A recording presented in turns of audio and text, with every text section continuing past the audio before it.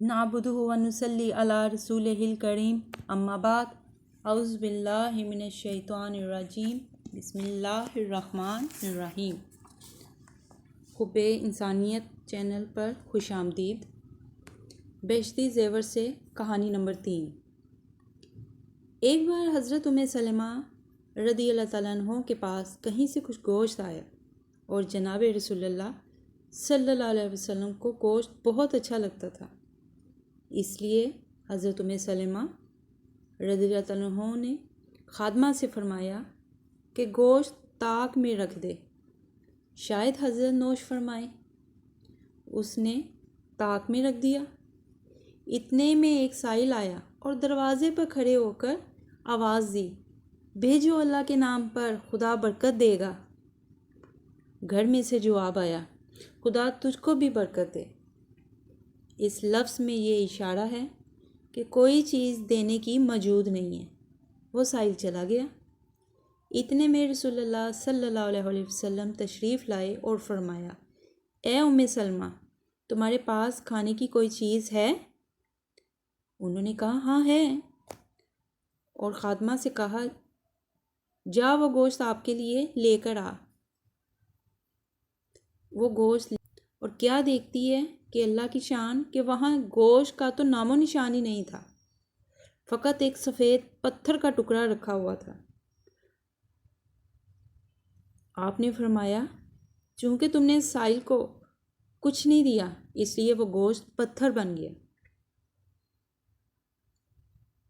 اس سے کیا ہمیں سبق حاصل ہوا کہ خدا کے نام پر نہ دینے کی یہ جو نحوست ہوئی کہ گوشت کیا ہو گیا، اس کی شکل بدل گئی اور وہ پتھر جیسا بن گیا۔ اسی طرح جو شخص سائل سے بہانہ کر کے خود کھا لیتا ہے تو وہ سمجھو کہ وہ پتھر ہی کھا رہا ہے، جس کا یہ اثر ہے کہ سنگ دلی اور دل کی سختی بڑھتی چلی جاتی ہے۔ چونکہ حضرت کے گھر والوں کے ساتھ خداوند کریم کی بڑی عنایت اور رحمت ہے، اس لیے اس گوشت کی صورت کھلی نگاہوں میں بدل دی تاکہ اس کے استعمال سے محفوظ رہ سکے۔ ضرورت کے وقت اگر کسی کو ضرورت ہو، مشکل وقت میں ہو تو اس کی مدد کرنی چاہیے۔ اگر ہم استعمال کی چیزوں میں سے کچھ بھی حصہ ضرورت مند کو دے دیں تو یہ بھی ایک صدقہ جاریہ ہے۔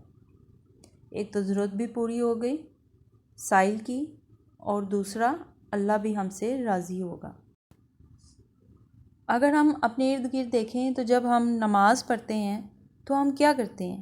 5 وقت کی نماز پڑھتے ہیں، نفلی عبادت کرتے ہیں، تو ہم کیا ہیں؟ اللہ تعالیٰ سے مانگ ہی رہے ہوتے ہیں۔ 5 وقت وضو کرتے ہیں، نماز پڑھتے ہیں، نماز کی نیت کرتے ہیں، اور ہر نماز میں ایک مکمل خصوصی دعا مانگی جاتی ہے کہ یا باری تعالیٰ ہمارا یہ فلاں کام ہے، ہمارا یہ مسئلہ حل ہو جائے، ہماری یہ ضرورت پوری ہو جائے، ہم تکلیف میں ہیں، ہماری پریشانیاں دور فرما۔ اگر ہم رب سے مانگتے ہیں تو اللہ تعالیٰ اگر وسیلہ بنا کے بندوں کو ہی بندوں کے پاس بھیج دے تو یہ بھی ایک آزمائش ہوتی ہے کہ ہم اس انسان کی ضرورت کو پورا کر پائیں گے یا نہیں کر پائیں گے۔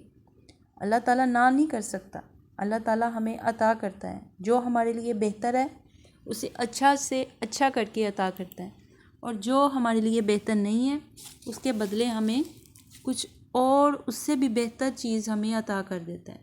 ہمیں مانگنے کا طریقہ نہیں آتا۔ رات کی تاریکیوں میں اللہ تعالیٰ سے مانگیں، وہ ضرور عطا کرے گا۔ نبی پاک صلی اللہ علیہ وسلم کے وسیلے مانگیں، وہ ہمیں عطا کرے گا۔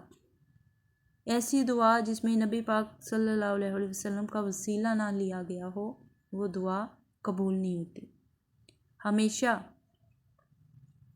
دوسروں کا خیال رکھیں، اپنے آس پاس کے لوگوں کا خیال رکھیں، اللہ تعالیٰ آپ کی بھی ضروریات کو پورا کرے گا۔ جب ہم کسی کی ضرورت کو پورا کرتے ہیں تو اللہ تعالیٰ اس سے بھی بہتر ہماری ضرورتوں کو پورا کرنے والا ہے۔ یہ بڑی خوش قسمتی کی بات ہے کہ کوئی آپ سے ضرورت کے وقت آپ سے مانگ رہا ہے۔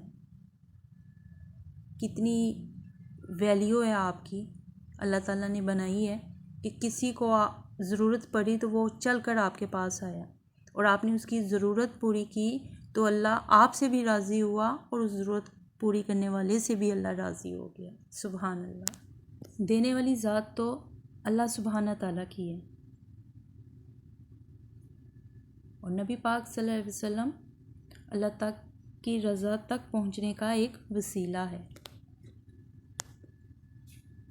جس نے اپنے رب کو راضی کیا اس نے دنیا اور آخرت دونوں جہاں میں دنیا کو پا لیا، اپنے رب کو پا لیا، اپنے رب کے محبوب کو پا لیا۔